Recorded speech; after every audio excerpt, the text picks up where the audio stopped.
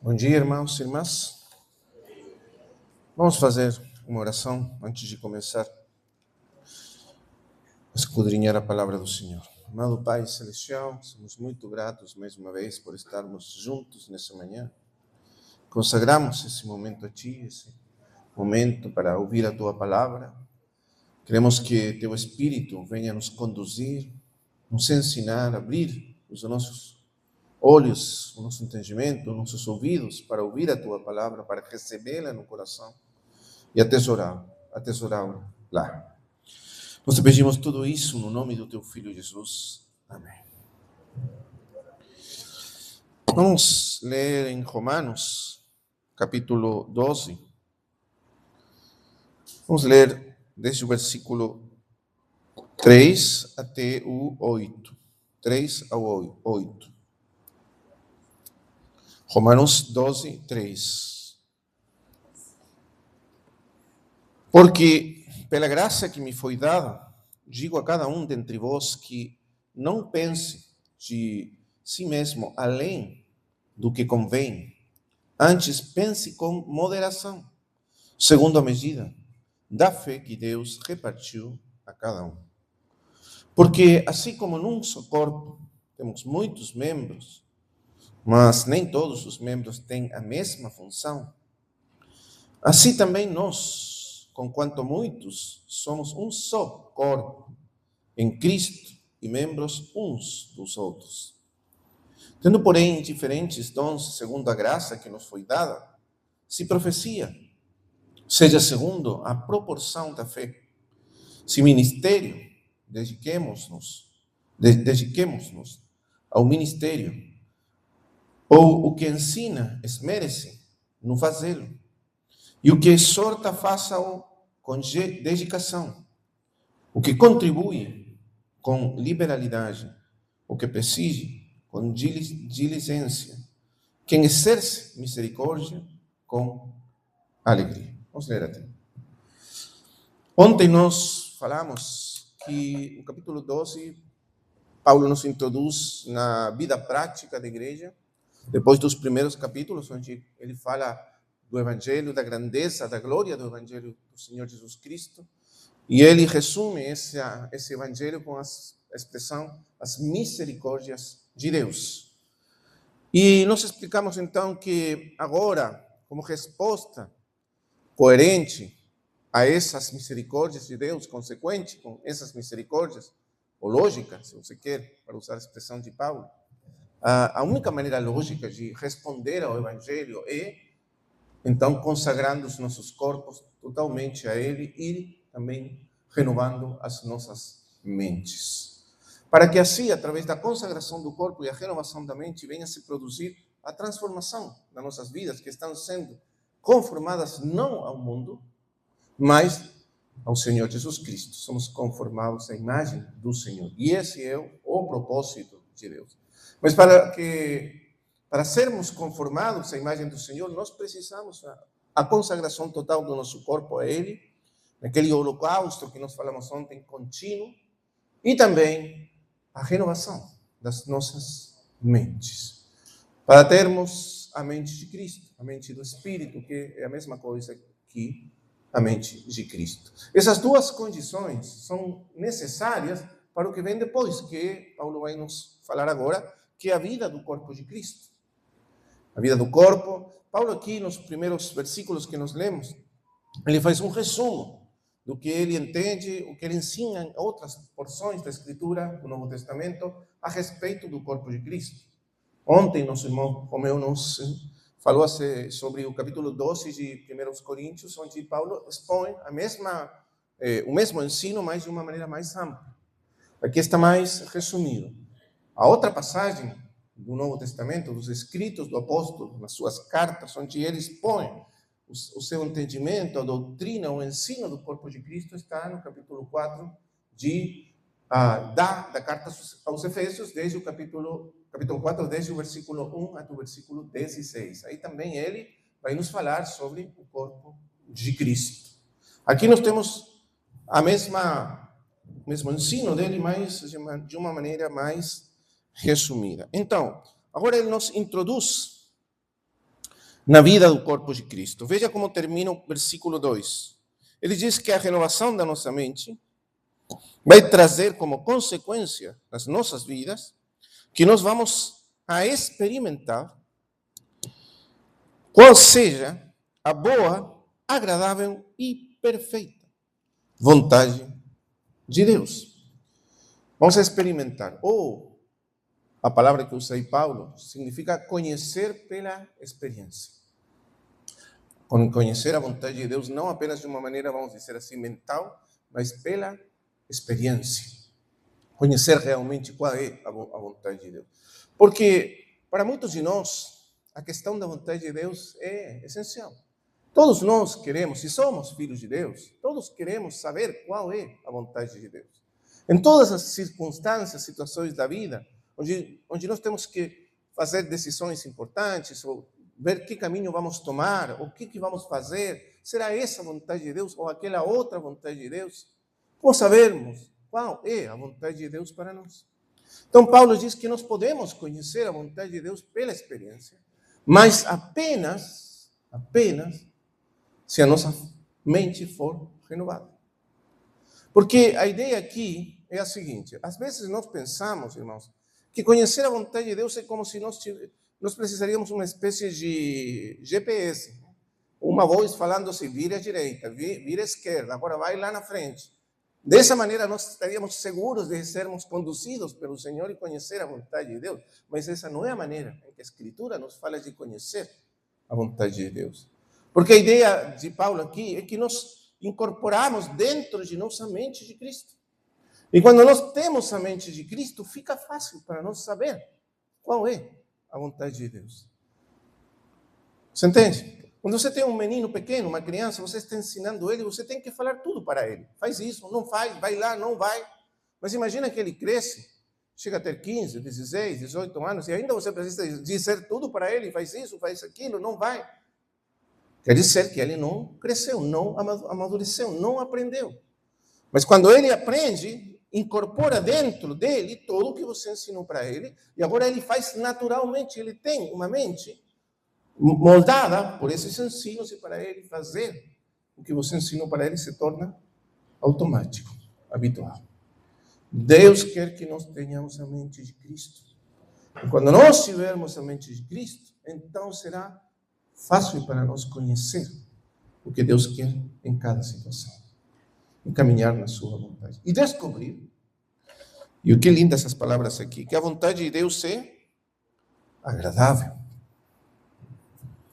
Quando eu era novo no Senhor, eu conheci o Senhor com 15 anos, eu tinha muito medo da vontade de Deus. Claro, eu queria fazer, mas ao mesmo tempo eu tinha medo da vontade de Deus.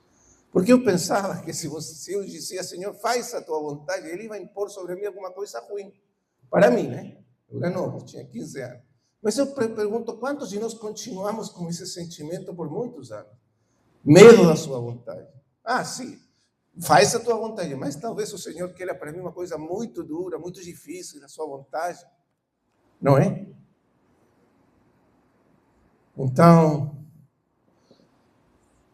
mas a Escritura diz que a vontade de Deus é agradável. Nunca é ruim para nós. Nunca é ruim para nós. Sempre é boa.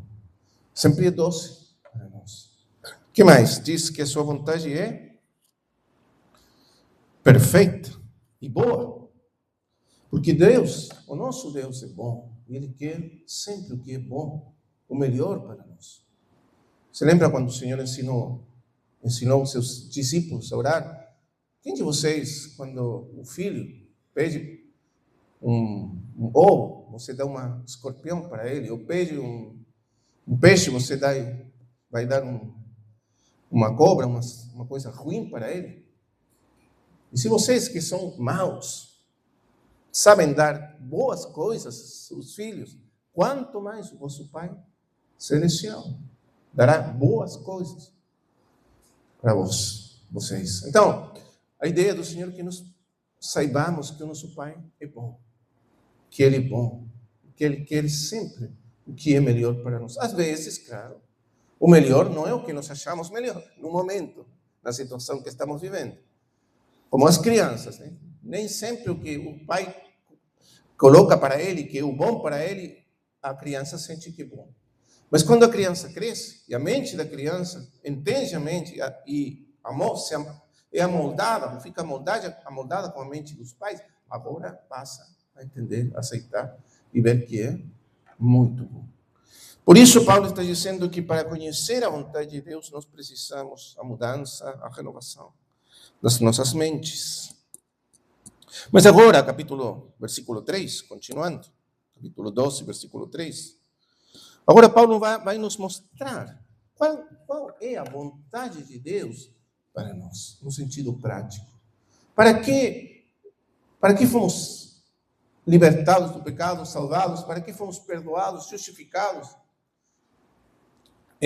Fomos renovados pelo Espírito Santo? Tudo isso que foi feito por meio do Evangelho. E para que nós agora somos chamados a consagrar os nossos corpos totalmente ao Senhor? A cada dia apresentar os nossos corpos a Ele e renovar as nossas mentes. E Ele nos introduz então agora na vida da igreja, na vida do corpo de Cristo. Diz no versículo 3, porque pela graça que me foi dada, digo a cada um dentre vós. Olha a expressão dele, ele está falando individualmente a cada um de nós. Está especificando que é isso que ele vai falar é para cada um de nós pessoalmente, individualmente. A cada um dentre vós que não pense de si mesmo além do que convém. Antes pense com moderação, segundo a medida da fé que Deus repartiu a cada um. E agora, Paulo vai falar do corpo de Cristo e começa com uma exortação primeiro, a respeito do seguinte. A expressão que usa aqui, veja que é importante entender as palavras que ele está usando. Porque no versículo 2, nós já vimos ontem, ele está falando da mente, dos pensamentos, da necessidade de renovar os nossos pensamentos, os pensamentos que governam, que controlam constantemente a nossa mente. Aqui não são os pensamentos apenas circunstanciais, mas os pensamentos recorrentes, constantes, permanentes, que constantemente estão governando a nossa vida. Esse tipo de pensamentos é que Paulo está falando que nós precisamos renovar. E por isso, agora, no versículo 3, ele vai falar desses pensamentos. Não todos, mas um tipo específico de pensamentos. Ele diz que não pense de si mesmo além do que convém. E a expressão aqui significa duas coisas. Ele diz que não pense, a palavra pensar aí que usa Paulo, o verbo phroneo, que significa pensar de maneira recorrente, constante, permanente.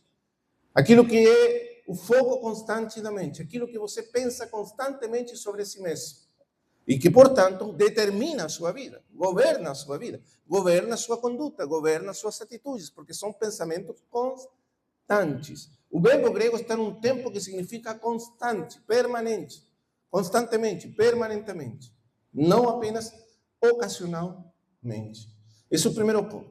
E o segundo, que se traduz aí, além do que convém, na verdade é uma palavra composta em grego que é hiperfrônesis.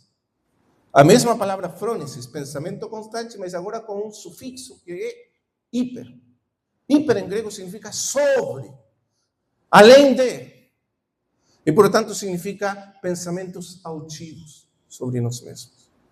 Pensamentos grandiosos sobre nós mesmos. Pensamentos de importância maior, suprema, sobre nós, acerca de nós mesmos.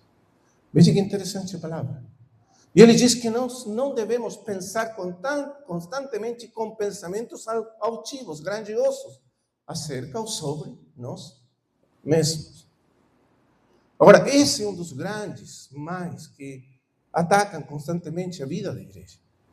Quão fácil é para nós achar que somos importantes, que a nossa vida é importante, que nós somos o que importa e desejar que todas as coisas venham a gravitar em torno de nós. Veja que isso tem sido uma tragédia constante na vida da igreja. Pessoas que se acham tão importantes, tão centrais, que fazem com que tudo venha a girar, a gravitar em torno delas na vida da igreja. Ministérios, serviços, pessoas. E outros que acham que essas pessoas são importantes e vêm gravitar também em torno delas. Mas isso é uma grande tragédia para o corpo de Cristo. Por isso Paulo está falando dessas coisas. Tenha cuidado de não ter pensamentos grandiosos sobre si mesmo. Que você tem uma importância tal que todos os outros têm que vir reconhecer a sua importância. E logo depois ele diz, antes, caso contrário, veja, totalmente o contrário. Pense, novamente a palavra, pense constantemente sobre si mesmo com moderação. E essa palavra, moderação, no grego, é a palavra antônima, é o antônimo de pensamentos altivos. Hiperfrônesis, pensamentos altivos. Aqui a palavra é sofrônesis, ao contrário, com outro sufixo, significa pensamentos certos, moderados. Mas que interessante, Paulo nos diz, por exemplo, poderia dizer, né? Pense de você não com pensamentos altivos, grandiosos, de quão importante você, quão central é a sua vida, quão destacada é a sua vida, e exigindo de outros, portanto, reconhecimento de quem é você. Mas o contrário poderia pensar pensar de nós de maneira com pensamentos inferiores. Eu sou tão pouca coisa, eu não tenho importância. Mas Paulo não está dizendo isso. Não é o contrário exatamente nesse sentido. O oposto de pensamentos altivos, de orgulho, de soberba, é moderação. E moderação significa pensar exatamente de mim mesmo como Deus pensa de mim. Não é isso lindo? Não é pensar com complexo de inferioridade, porque isso também é uma forma disfarçada de orgulho. O complexo de inferioridade é uma forma disfarçada de orgulho, porque é o seguinte, eu gostaria de ser tão importante como o outro, mas como não sou, então sou nada. Não. A questão é, pense de você como Deus pensa de você. Isso é moderação. Pensamentos moderados. Não ir além do limite que Deus colocou nas nossas vidas. Não nos considerarmos maiores do que Deus, daquilo que Deus nos fez. Porque Paulo, por exemplo, veja a expressão que ele usa no princípio. Ele diz, digo-vos, pois, pela graça que me foi dada. Paulo está dizendo, eu estou falando com autoridade da parte do Senhor, porque eu sei quem sou eu no Senhor. Eu não estou indo além do que eu sou. Eu sou um apóstolo e eu tenho autoridade para falar dessa maneira. Mas mesmo eu tenho um limite. Eu não posso ir além daquilo que Deus fez em mim. Então, Paulo está pensando dele mesmo, segundo Deus ensinou ele a pensar, com os pensamentos de Deus sobre ele. E por isso eu uso essa expressão, pela graça que me foi dada. Eu não estou indo além da graça de Deus. Eu não estou me colocando num lugar, numa posição, além daquilo que na graça de Deus eu sou. Ele tem outra parte dessa mesma expressão. Pela graça de Deus, sou o que eu sou. Nós somos alguma coisa na graça de Deus. Todos somos algo na graça de Deus. O problema é quando nós pensamos de nós com pensamentos maiores, mais grandiosos, pensando que somos mais do que Deus nos fez na sua graça. E então cruzamos os limites. E isso traz muito prejuízo ao corpo de Cristo.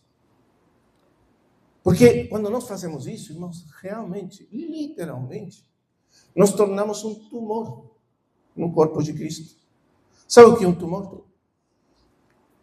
É uma parte do seu corpo que começa a crescer desmedidamente. As células multiplicam, além da medida que devem ter.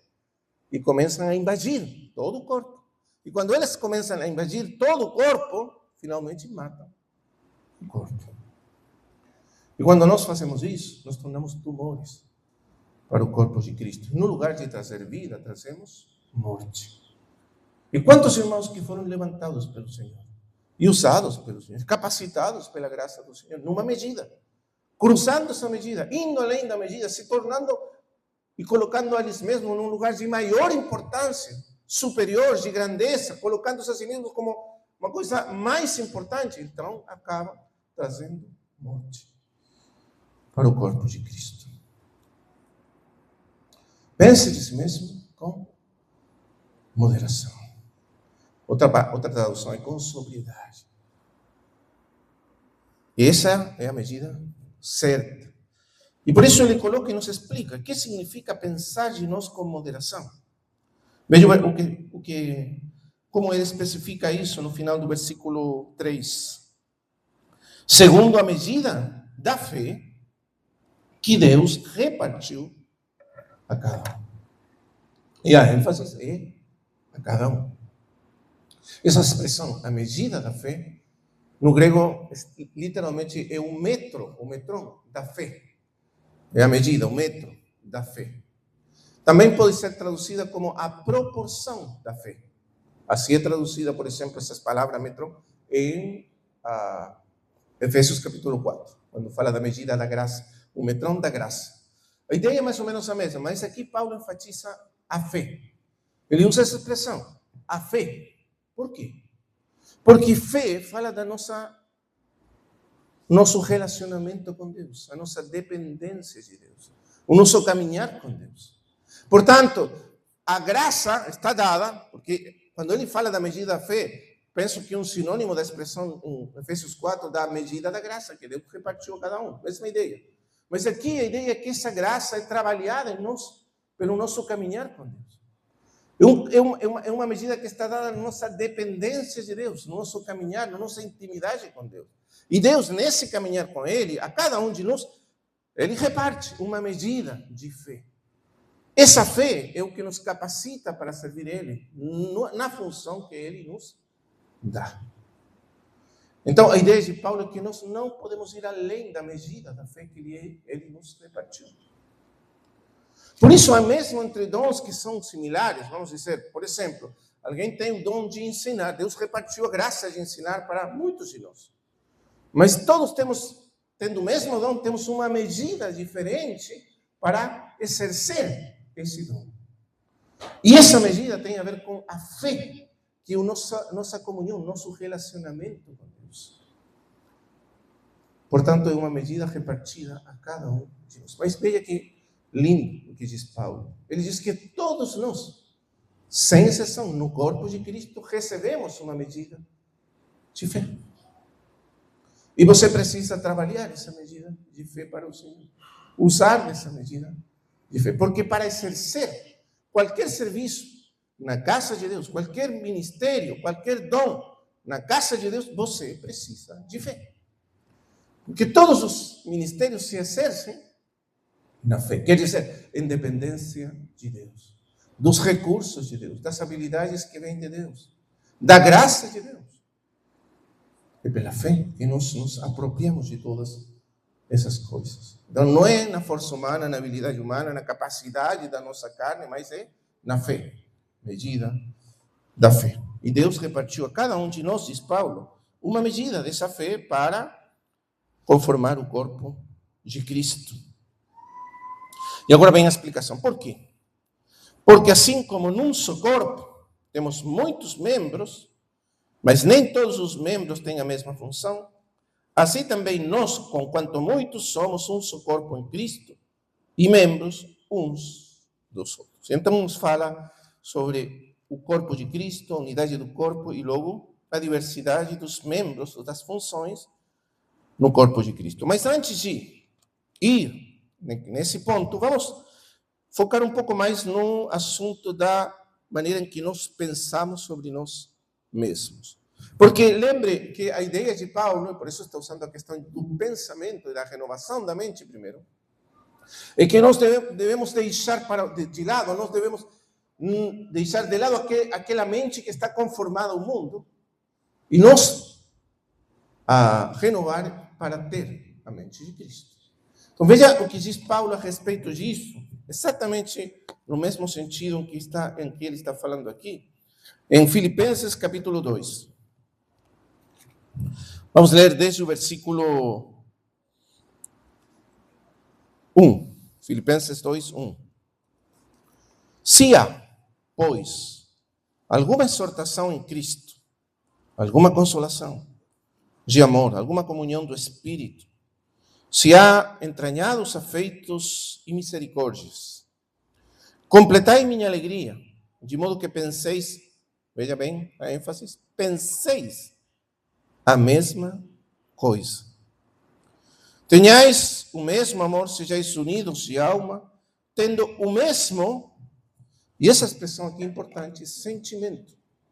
Porque essa palavra aqui é exatamente a mesma que ele está usando aí em Romanos 12:3. Frônesis, frônema. O mesmo pensamento constante, permanente. Os mesmos pensamentos governantes na sua mente. O mesmo pensamento. Todos nós temos que ter esses mesmos pensamentos, diz ele, constantes, permanentes, sobre nós mesmos. E que pensamentos são esses? Veja, nada façais por partidarismo ou vanagloria, quer dizer, para exaltar-nos a nós mesmos, colocar-nos a nós num lugar mais importante, vanagloria, nos acharmos mais importantes, mais centrais do que outros na vida da igreja, mas por humildade.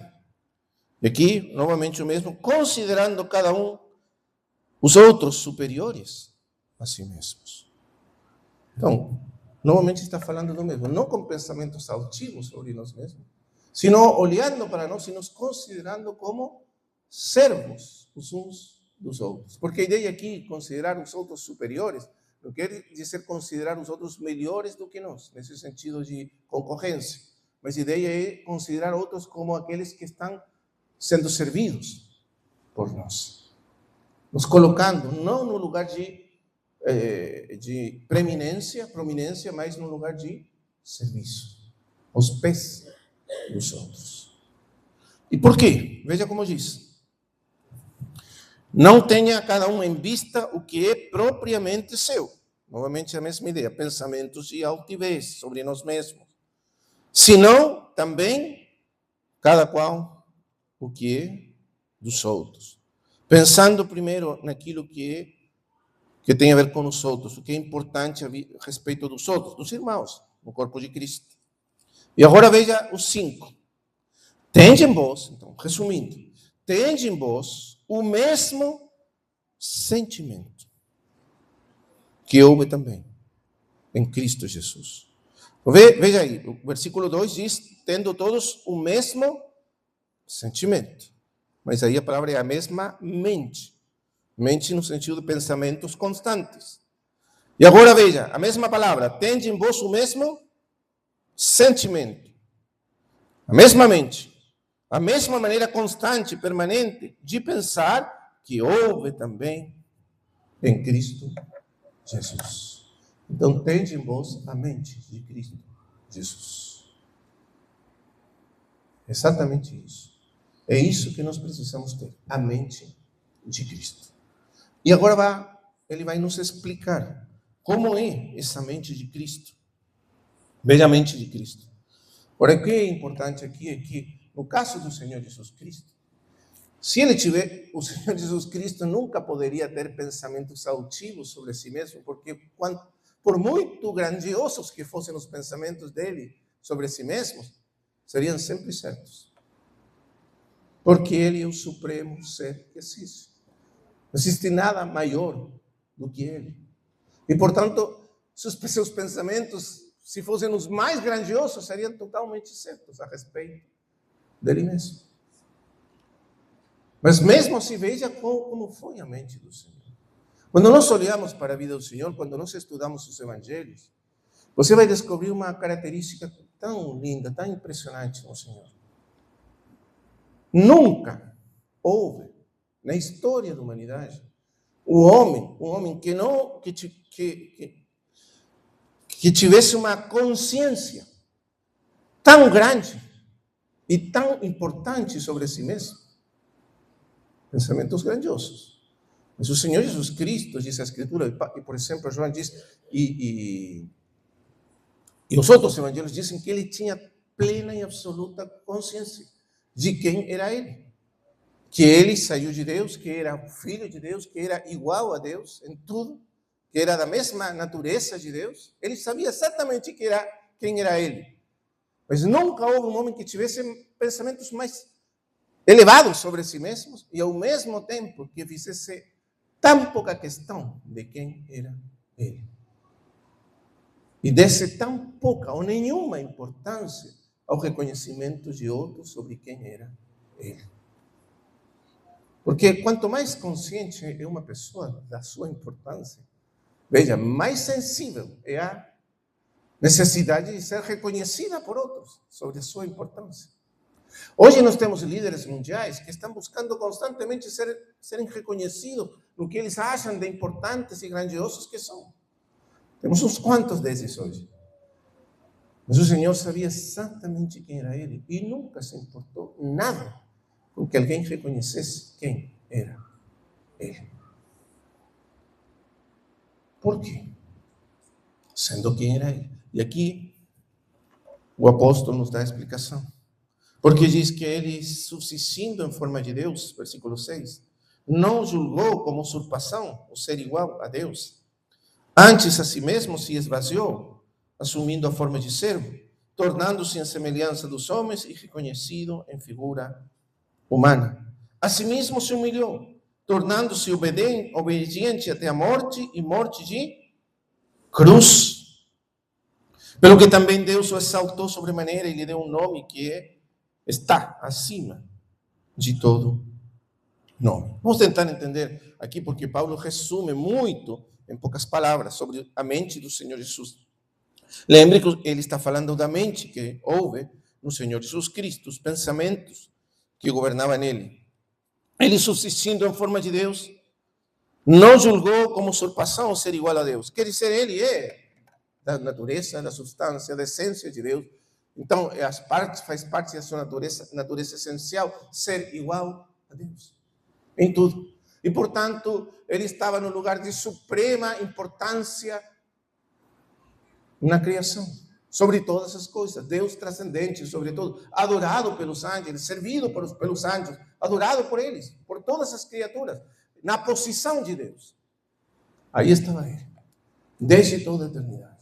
Todos os seres celestiais se prostravam diante dele eternamente. Esse era ele.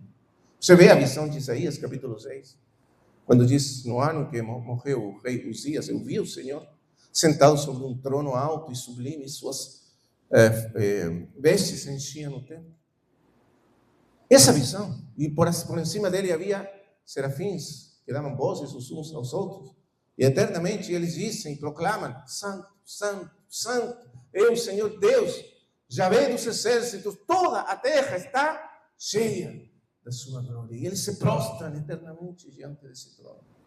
Mas esse trono sublime, exaltado por encima de todo, ante o qual se prostram todas as criaturas celestiais, as maiores de todas, os serafins, os querubins, os anjos, os arcanjos, esse que está sentado no trono, diz João, no seu evangelho, é o Senhor Jesus Cristo. Esse era ele, sendo em forma de Deus. Ele merece adoração, reconhecimento e glória por sempre. Mas ele não segurou para si mesmo essa posição, mesmo que ele merece por direito próprio essa posição. Mas ele não segurou, mas abriu mão, soltou.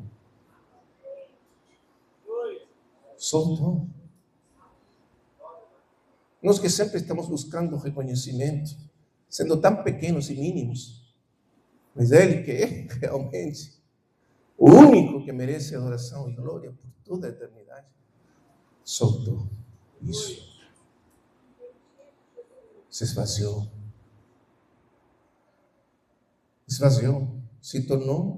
se humilhou a si mesmo. Se despojou dessa glória, dessa posição de glória suprema, essa posição de reconhecimento supremo, e abriu mão e abandonou isso para vir a este mundo.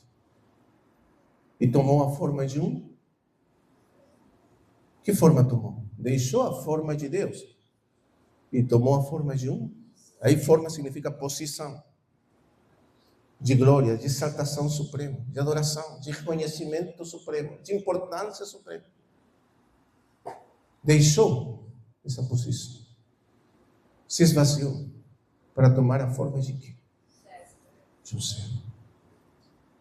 Um servo que se coloca aos pés dos outros para servir eles. Não numa posição de honra, mas numa posição de desonra. Ele se desonrou a si mesmo. Esse é o pensamento, essa é a mente do nosso bendito e amado Senhor. Assim pensava, assim pensa ele. Mas por quê? Por que ele fez isso? O que fez com que ele estivesse disposto a abandonar essa glória que ele tem como Deus eterno para vir a ser não apenas um homem? Porque ele poderia ter sido encarnado como homem, mas para ser o mais importante dos homens, o imperador do mundo. E com tudo isso seria nada comparado com aquilo que ele deixou. Ser o imperador do mundo inteiro ainda é nada comparado com aquilo que ele deixou lá na glória. Isso ainda seria uma grande humilhação para ele. Mas nem mesmo ele foi isso. Não se tornou o maior dos imperadores do mundo. Ele se tornou servo de todos. Tomou a posição de um servo. Essa é a mente do Senhor. Ele se considerou a si mesmo e pensou de si mesmo como sendo um servo. E quando você estuda a vida do Senhor, você vai ver que ele realmente atuava como um servo. E pensava de si mesmo como sendo um servo. E se considerava a si mesmo e tinha pensamento sobre si mesmo como sendo um servo de todos. Você nunca vai ver ele na atitude de ser servido. Nunca vai ver ele na atitude de exigir reconhecimento da sua importância. Todo o contrário. Você vai ver ele sempre indo e buscando a maneira de servir outros. Porque o Filho do Homem não veio para ser servido, senão para servir e dar sua vida em resgate por muitos. Para isso veio ele. Você pode ver ele cansado. Às vezes, a Escritura diz que ele estava cansado, ele precisava dormir, como todos nós. Ia lá na sua casa, depois de um dia inteiro de fadiga, de trabalho, esgotado. Mas chegavam pessoas bater na porta, 11, 2, 1 da manhã, com doenças, possuídos por demônios, e tanto sofrimento. Ele com todo o direito poderia dizer, olha, já estou muito cansado, deixe para amanhã, volte amanhã. Mas ele abria a porta e começava. E seguia aí até que todos eram libertados, curados, sarados por ele. E isso significava, às vezes, ficar até 3, 4 da manhã. Por quê? Porque ele era um servo de todos. E ele se via a si mesmo, assim, e pensava de si mesmo, assim, não da sua importância, mas da sua posição de servo de todos. Mas a pergunta é, por quê?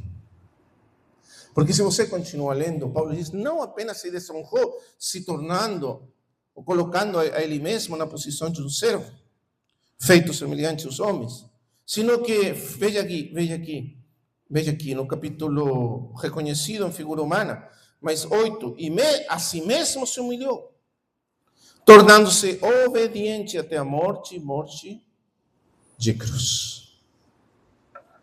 Porque, para nós hoje, é mais difícil entender o que significa humilhar-se até o ponto de morrer numa cruz.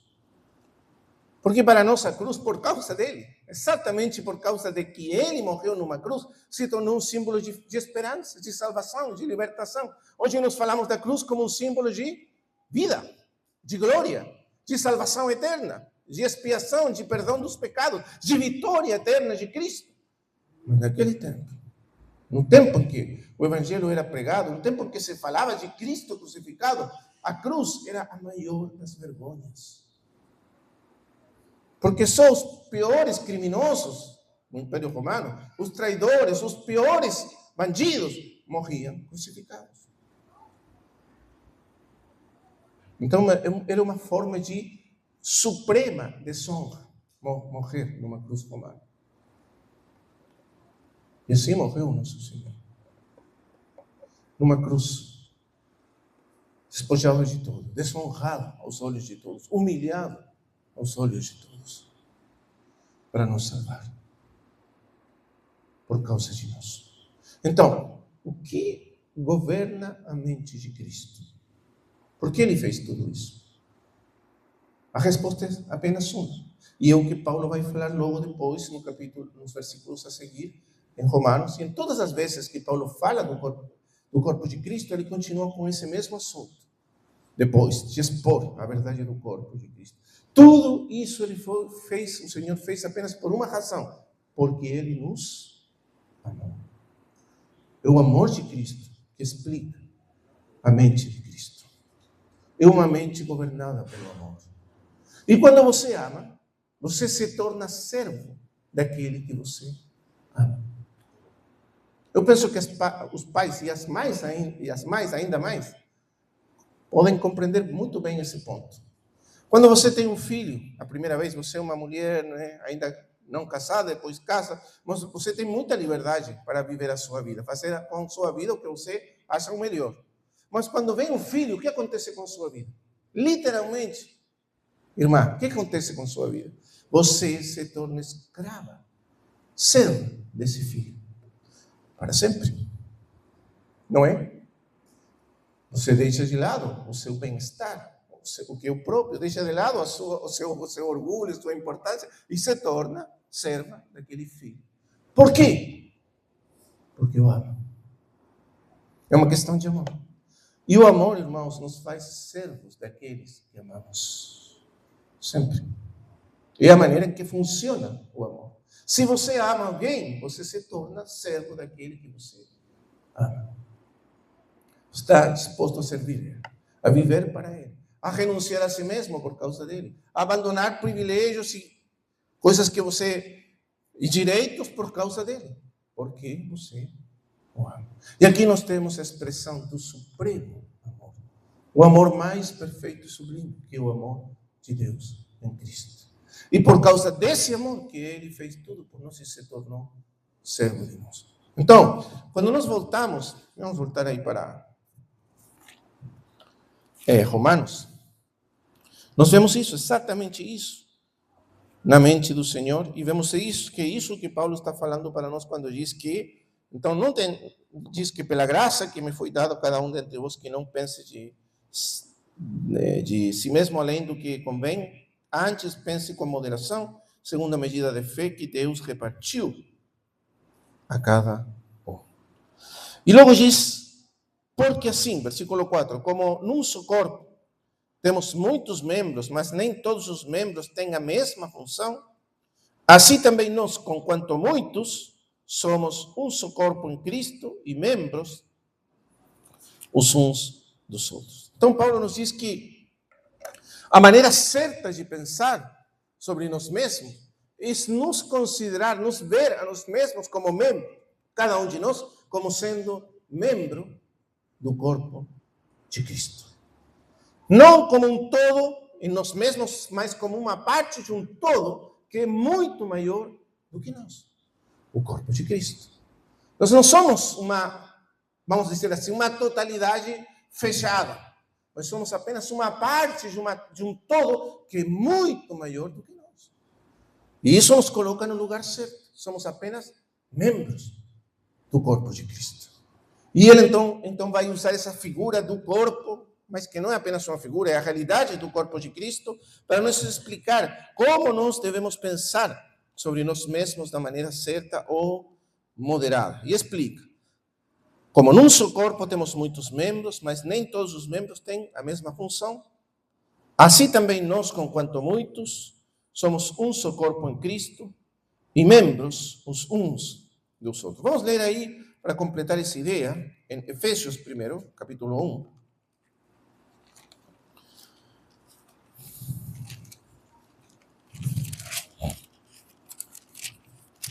capítulo 1, versículo 22 e 23, primeiro. Essa aqui é a primeira oração de Paulo na carta aos Efésios, pela igreja. Ele está pedindo por revelação, para que nós recebamos espíritos de sabedoria e revelação no conhecimento do Senhor. E então, na última parte, ele diz que, versículo 22, e Deus que pôs todas as coisas debaixo dos pés do Senhor Jesus Cristo. Quando ele exaltou o Senhor sobre todas as coisas, pôs todas as coisas, sujeitou, na verdade, todas as coisas debaixo dos pés dele, para ser ele, o Senhor Jesus Cristo, o cabeça sobre todas as coisas. Para que Cristo seja o cabeça sobre todas as coisas, veja bem, o deu à igreja.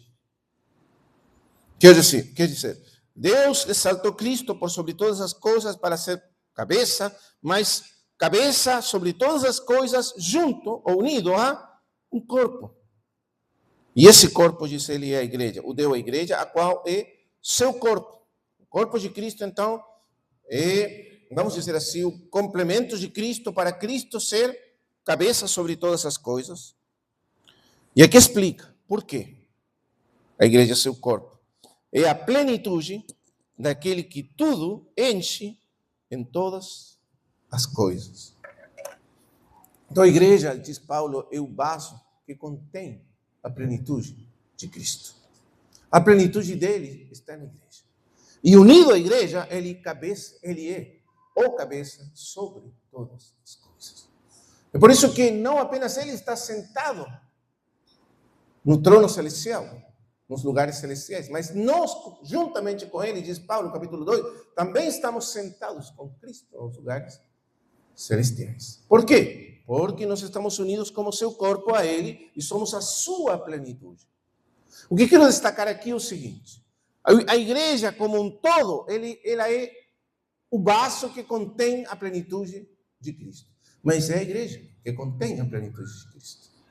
Porque Cristo é maior do que qualquer um de nós tomado individualmente. Então, nenhum de nós, como membro individual do corpo, somos a plenitude de Cristo. Cada um de nós tem uma porção, uma proporção dessa plenitude. Mas a plenitude, como um todo, está na totalidade do corpo.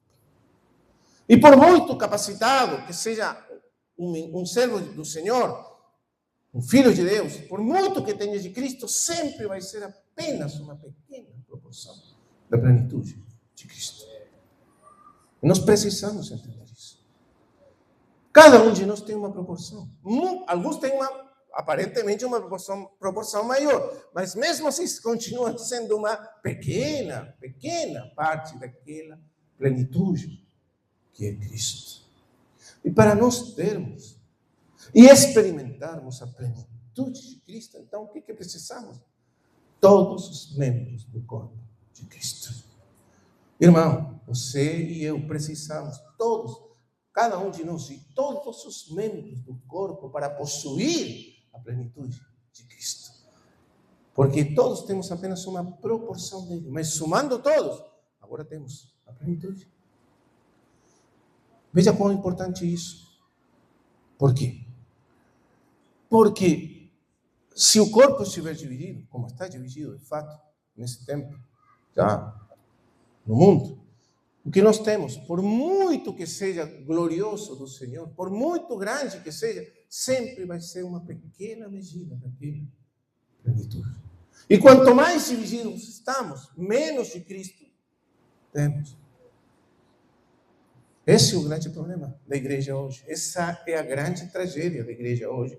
Quanto mais dividido está o corpo, menos de Cristo tem experimentado o corpo. Quanto mais dividida a igreja, menos de Cristo experimentamos. Porque apenas o corpo inteiro possui e contém a plenitude de Cristo. É por isso que precisamos uns dos outros. É por isso que precisamos uns dos outros. Eu vou acrescentar uma ideia que me parece importante aqui, para entendermos isto. o irmão, querido irmão, que foi chamado um profeta de Deus do século XX, o irmão A.W. Tozer, os irmãos ouviram falar do irmão Tozer? O irmão Tozer tem um escrito pequeno, curto, em algum dos seus livros, que chama-se A Comunhão dos Santos. E ele está, na verdade, nesse escrito, ele está usando as frases do chamado Credo dos Apóstolos. Está usando as frases, cada capítulo expõe uma das frases do credo.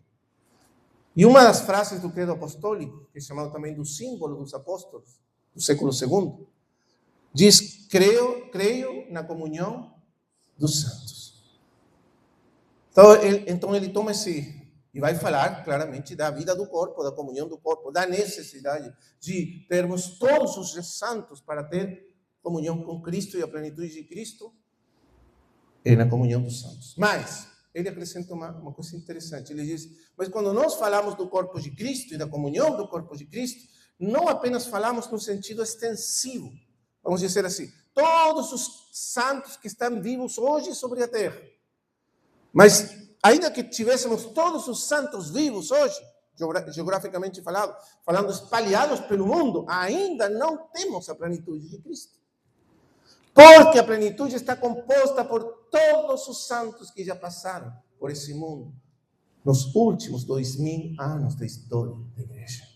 Todos eles são parte da plenitude de Cristo. E o que quer dizer isso? Que se nós queremos ter essa plenitude e apropriar-nos dele, e possuí-la e experimentar, precisamos também daquilo que Deus deu a todos os seus santos ao longo dos últimos 20 séculos.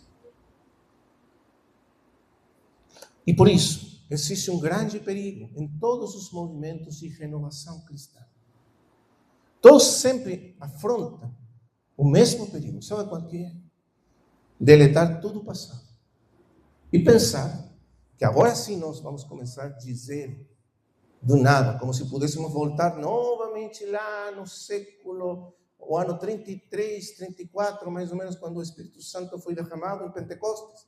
E nós vamos começar daí. E tudo que venho depois vamos deletar e esquecer. Mas isso não seria o certo.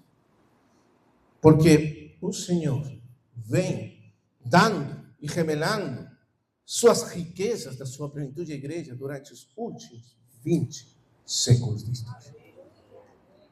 E nós precisamos delas. É por isso que você vai ver muitos servos do Senhor, quando compartilham a palavra, citar irmãos do passado. Você já viu isso? Por quê? Porque reconhecemos que no passado, Cristo deu da sua plenitude a muitos santos, queridos irmãos, servos de Deus, receberam parte dessa plenitude e ficou como um legado, como uma herança para a igreja até o final. E precisamos dessa riqueza. Nós precisamos, por exemplo, nós precisamos novamente buscar o que significa justificação pela fé. Se já houve irmãos que receberam a luz do Senhor e deixaram essa luz como uma herança. Lutero, Calvino e tantos outros da Reforma deixaram essa herança e nós estamos recebendo a herança deles. Outros nos falaram da vida, a vida vitoriosa em Cristo. Outros nos falaram da revelação do corpo de Cristo. Nós recebemos toda essa riqueza e não precisamos começar de zero.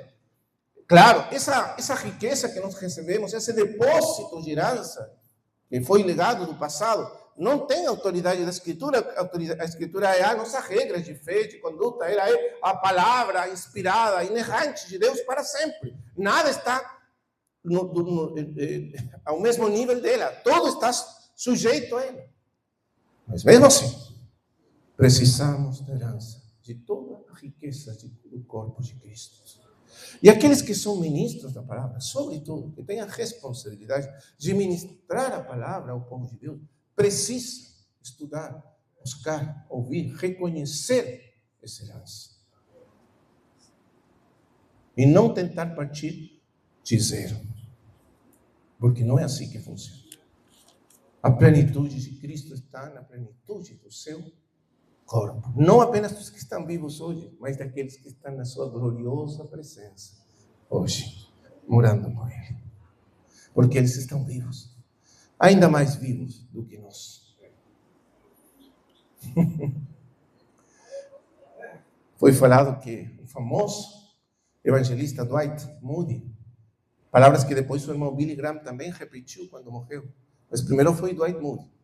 Ele diz: um dia vocês vão ler nos jornais, o senhor Dwight L. Moody morreu. Não acreditem nisso nem por um instante, porque eu vou estar mais vivo do que nunca. Amém. Porque quando nós partimos, passamos a gloriosa companhia dos santos, dos primogênitos que estão escritos no céu, na companhia, na igreja gloriosa dos espíritos dos justos, feitos perfeitos, lá com o Senhor. Aí passamos a viver e estamos mais vivos que nunca, fazendo parte desse corpo que é a sua plenitude. E o que nós deixamos de Cristo fica como uma herança para a igreja que continua peregrinando aqui na terra. Graças ao Senhor. Então, irmãos, novamente, não pensemos que podemos começar de zero. Temos tanta riqueza. Irmãos, tanta riqueza que o Senhor deixou para nós. Precisamos escudrinhar, precisamos buscar, precisamos achar para trazer e entregar essa riqueza aos irmãos e irmãs de hoje. Daquele passado glorioso da igreja. Porque às vezes enfatizamos as coisas ruins. Não, a igreja, sim, é verdade, a igreja extraviou, a igreja se corrompeu, a igreja isso. Sim, tudo isso é certo. Mas também é verdade que o Senhor tem visitado, que o Senhor tem acompanhado e caminhado e entregado as suas riquezas à igreja, incessantemente, durante os últimos 20 séculos da história. E graças ao Senhor por isso. Amém? Então, nenhum de nós, nem mesmo no presente, nem mesmo se tomássemos todos os filhos de Deus vivos no presente, todos os dons, todas as riquezas de Cristo no seu corpo, hoje, no dia presente, teríamos ainda a plenitude de Cristo. Só temos a plenitude quando o corpo está completo. E por isso necessitamos desesperadamente os uns dos outros. Amém? E por isso a nossa oração deve ser: Senhor, volta a unir o teu povo, a tua igreja. Porque quanto mais divididos estamos, menos de Cristo temos. Infelizmente, essa é a verdade. Menos de Cristo temos. Se você pensa que entre nós está tudo, alguns irmãos pensam: não, o Senhor nos deu tanto, nós não precisamos de mais ninguém. Todos esses lá está tudo muito errado, essas pessoas são irmãos, sim, vamos considerar eles são irmãos, mas são como irmãos de segunda categoria. Mas não existem filhos de segunda categoria para Deus. Não. Deus é Pai, como diz Paulo, nós temos um Pai, que é Pai de todos e por todos, e em todos. Todos são filhos igualmente para Ele. Os grandes, os maiores, os pequenos, todos são seus amados filhos. E para todos eles, Ele reparte as suas riquezas de glória. Alguns sim estão sistemas e situações que não são exatamente aquilo que a Escritura nos ensina, mas mesmo assim precisamos deles. E eles precisam de nós. Que o Senhor nos ajude a encontrarmos nessa caminhada. Amém? Porque isso que Ele está buscando. Que nós nos encontremos nessa caminhada com Ele. Muito bem. Então, plenitude significa a plenitude que está em Cristo. E por isso, Paulo diz, é tão enfático nesse ponto. Ele diz, vamos voltar aí para Romanos.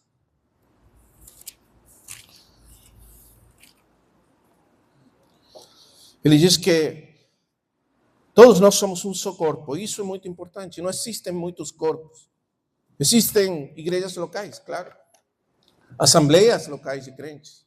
Mas corpos não existem muitos. Existe apenas um corpo universal, ao longo do tempo e o espaço.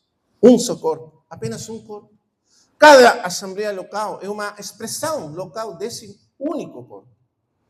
Mas o que nos separa simplesmente é a geografia. Mas, na verdade, somos todos um corpo em Cristo. Todos nós. Seja que estejamos geograficamente separados, ou, infelizmente, o que é pior ainda, separados por grupos, ênfases, denominações. Mas mesmo assim, continuamos a ser um só corpo em Cristo. E nunca devemos esquecer isso. Como o irmão Romeu nos lembrava ontem, claro, não podemos cooperar com tudo que se faz dentro da chamada cristandade, mas sim podemos ter um coração de amor, de receber, de ter comunhão com todos que são filhos de Deus e estão dispostos a caminhar conosco nessa vida de comunhão. Somos um só corpo. Então, Paulo, quando ele expõe a verdade do corpo de Cristo, ele sempre expõe, parece-me, 4 pontos centrais sobre a verdade, a realidade do corpo de Cristo. Mais ou menos na mesma ordem, sempre. Mas fica mais claro em 1 Coríntios capítulo 12 e também em Efésios capítulo 4. Mas ele coloca sempre 4 pontos centrais a respeito da realidade do corpo de Cristo. O primeiro, poderia ser outra ordem, vou colocar essa ordem, você pode invertir a ordem se quer, mas os 4 pontos são essenciais. O primeiro ponto é a unidade. O corpo é unidade. Temos um só corpo, um só espírito, uma só vida, uma mesma vida, uma mesma fé, um mesmo Senhor, um mesmo Pai. Tudo isso faz parte da unidade do corpo. Todos nós fomos batizados, diz Coríntios 12, 1 aos Coríntios 12, batizados por o mesmo Espírito no mesmo corpo. Essa é a unidade do Espírito. A unidade do corpo é a unidade do Espírito de Deus. O mesmo Espírito que habita em ti, habita em mim, habita em cada irmão, nos faz um no mesmo corpo. Essa é uma unidade essencial, a unidade do Espírito. Não é uma unidade que nós precisamos construir, nem edificar, nem estabelecer. Essa unidade está estabelecida por o Espírito Santo de Deus. Ele que nos faz um. Você não tem maneira de fugir dessa realidade. Você pode até estar separado dos irmãos, não ter comunhão, nem caminhar com outros irmãos, mas mesmo assim continua a ser com todos eles um corpo em Cristo. Porque isso é um fato do Espírito Santo de Deus, realizado e estabelecido pelo Espírito Santo de Deus. E todos, pelo Espírito, estamos unidos com Cristo, o nosso cabeça. Unidade do Espírito. Unidade essencial. Todos os que somos filhos de Deus somos um corpo em Cristo Jesus. O irmão Rochmani tem um livro que fala sobre o corpo de Cristo e ele usa uma expressão muito linda aí para referir-se a como nós devemos entender, renovar a nossa mente a respeito de que somos um corpo em Cristo Jesus. Ele usa a expressão consciência de corpo. Quer dizer, não apenas saber de maneira mental, intelectual, que somos um corpo.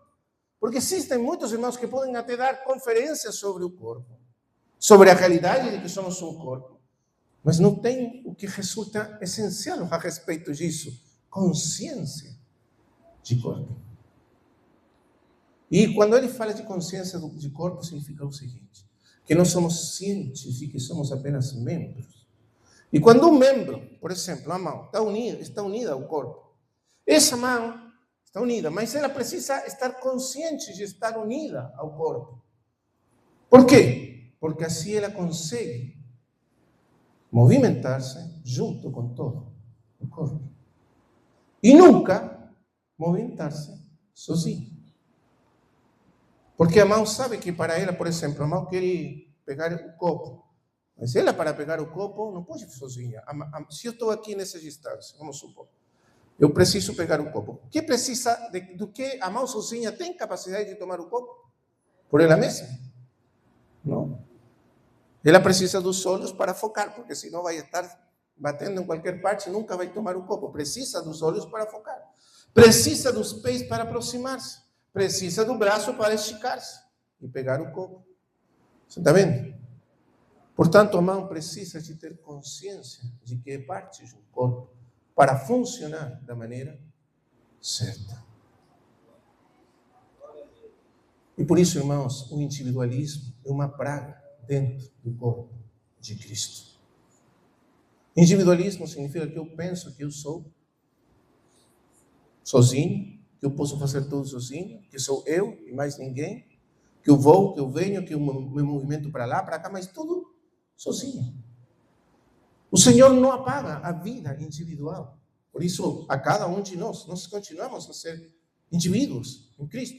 Mas o que ele quer terminar é o individualismo. A ideia de que eu, pessoalmente, sou todo. E não preciso de mais ninguém. Eu e o Senhor e eu. E acabou. Cada um se vendo a si mesmo como um átomo isolado. Não. Consciência de corpo. Você tem consciência de corpo? O que o irmão Romeu nos explicava ontem. Coordenados. É uma consciência. Não é uma questão que você tem que pensar. Simplesmente faz parte da nossa maneira de perceber a realidade. Você tem um espírito coordenado. Uma consciência de que você não pode caminhar sozinho. Que cada passo que você dá precisa necessariamente dos outros irmãos naquele passo. Que nada que nós fazemos é sozinho, porque quando você se movimenta para algum lado, você é parte de um corpo. O corpo inteiro, de alguma maneira, está indo para lá com você. Mas como o corpo precisa estar coordenado, quem coordena o corpo é o Senhor, é o cabeça. Portanto, cada membro do corpo precisa estar ciente dos outros irmãos, mas ao mesmo tempo ciente do Senhor Jesus Cristo. Porque é Ele quem coordena o corpo e o faz funcionar junto. Amém? Então, quanto mais dependemos do Senhor e do Espírito, melhor nos coordenamos uns com os outros. Essa é a regra. Essa é a chave. Que nós precisamos estar cientes totalmente da direção da cabeça, do Espírito, para coordenarmos como corpo de Cristo. Amém? Primeiro ponto, unidade. Segundo ponto que sempre está enfatizado, diversidade. Dentro dessa unidade existe uma diversidade. O que significa diversidade? Que sendo essa é a primeira parte, todos somos um corpo, consciência de unidade, em Cristo. Mas também somos muitos membros diferentes, com muitas funções diferentes. Isso significa diversidade. Mas a unidade vai primeiro, porque se a diversidade for primeiro, então seria muito difícil coordenar e consertar todos esses membros diferentes. Mas todos eles estão unidos num corpo, mas têm funções diferentes, que são todas elas para benefício da totalidade do corpo. Então, a diversidade está em função da unidade, do benefício do corpo inteiro. Você não é mau para você mesmo, é mau para o corpo. Você não é um pé para você mesmo, é um pé para ajudar o corpo. Você não é um olho para si mesmo, é um olho para ajudar a totalidade do corpo. É o corpo que precisa dos olhos, é o corpo que precisa das mãos, é o corpo que precisa dos pés. Cada membro existe para beneficiar o corpo. E Paulo vai tão longe como para explicar que ainda aqueles membros que nos parecem menos importantes, mais insignificantes, ainda são até os mais importantes do corpo. Como que se chama o dedo mais pequeno do pé? O espanhol é meñique. Como que se chama você? Muito bem, não sei, não entendi, mas esse é esse. Você pensa que é insignificante? Você pensa, esse dedinho aí não tem, é assim pequeno, curtinho. Mas se você perde esse dedo, você vai ver. Todo o corpo vai ser danificado. Você vai perder o equilíbrio, vai começar a trazer problemas nos joelhos, nos músculos, na cadeira. Tudo vai ser danificado apenas porque um membro falta. Pequeno ou insignificante, como parece. E assim com todo o corpo. Diversidade de dons, de funções. Muitos membros, mas cada um tem uma função cujo propósito não é o benefício próprio.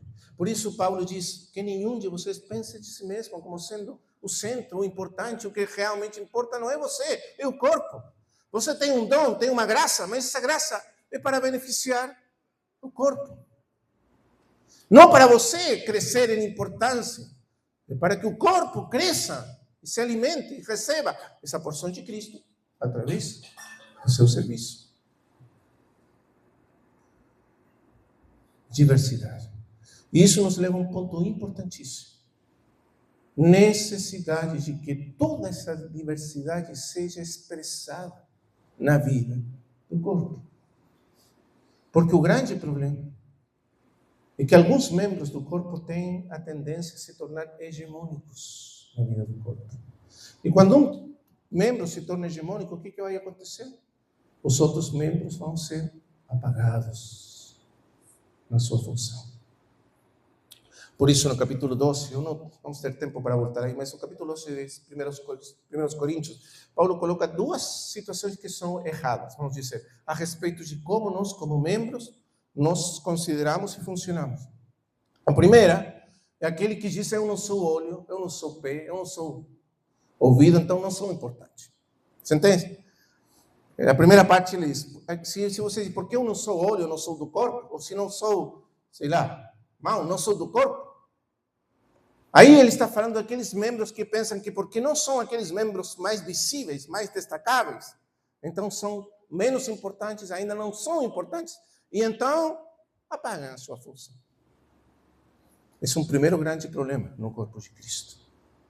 Irmãos que consideram: se eu não sou pregador, se eu não sou quem ensina, se eu não sou aquele que está lá na frente, então eu não sou. Seria um grande problema. Porque a igreja e o corpo têm muitas outras funções diferentes, além da função de ensinar e de pregar. Essas funções são importantes, mas são apenas uma parte de tudo o que o corpo tem a fazer, e todas as funções. Esse é o primeiro ponto. Aqueles membros que se restringem a si mesmos, por causa de considerar que o que eles são não é importante, e restam e tiram algo de Cristo, do corpo de Cristo. Seria o primeiro.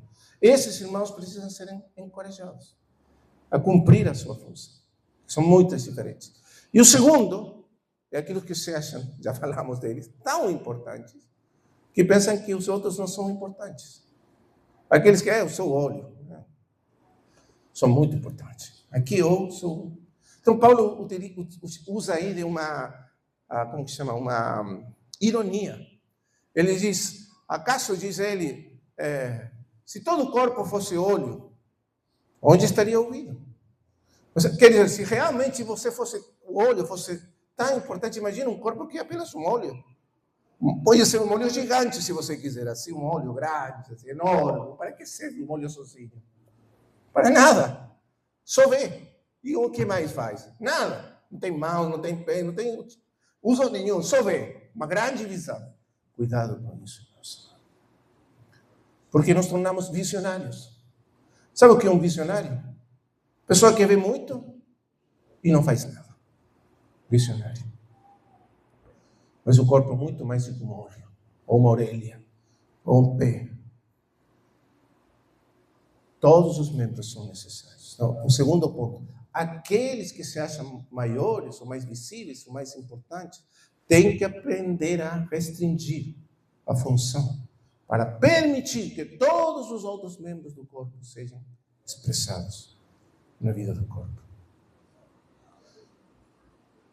Você tem irmãos que faz tudo. Eles ensinam, eles oram, eles pregam, eles servem, repartem. Isso é um erro grande. Por isso Paulo fala de uma medida. Cada um tem uma medida que Deus deu para ele. Então a diversidade implica reconhecer a necessidade dos outros membros do corpo para que eles se expressem na vida do corpo. E entre aspas, a principal, uma das principais tarefas dos presbíteros na igreja não é hegemonizar o ministério do corpo, mas encorajar a todos os membros do corpo para expressar a sua função no corpo de Cristo. Muito bem, diversidade. Terceira parte, mutualidade. Para que todos os membros, diz Paulo, se ocupem uns dos outros. Somos membros uns dos outros. E aí, quer dizer que no funcionamento do corpo, no serviço dos uns aos outros, no amor dos uns para os outros, o uso dos dons diferentes para abençoar uns aos outros, para ajudar uns aos outros, está fluindo a vida que vem da cabeça de Cristo e nutrindo o corpo inteiro. É assim como flui a vida de Cristo entre nós. E o último, que não é o último, está deveria, na verdade, é o primeiro, mas o último estou colocando aqui na lista, porque assim a ordem que normalmente Paulo segue é o amor, que é a regra que governa toda a vida do corpo. Então, eu penso aqui, já estamos no horário, sim, né? Para terminar, amanhã vamos falar, à noite, vamos falar mais um pouco dos... Aqui ele coloca alguns diferentes dons que ele chama de carismas, ou carismatas. Não são todos, mas vamos entender, tentar de entrar um pouco nisso, só mencionar que quando ele fala de diversidade dos membros do corpo, ele, no versículo 6, ele diz, tendo, porém, diferentes dons segundo a graça que nos foi dada, cada um recebeu uma medida, um metrô dessa graça, para servir na vida do corpo e ajudar ao crescimento de todo o corpo. Cada um de nós tem essa medida. São diferentes medidas. Paulo menciona, parece-me a mim, algumas das mais importantes, no sentido daquelas que mais aparecem, mas tem muitas outras que não estão mencionadas aqui. E ele diz assim, veja, que interessante. Só isso vou mencionar rapidamente, depois, à noite, talvez vamos entrar um pouco mais. Mas, rapidamente, diz, tendo, porém, diferentes dons, ou carismatas, aqui a palavra é carismata. Carismata significa, literalmente, uma porção de graça.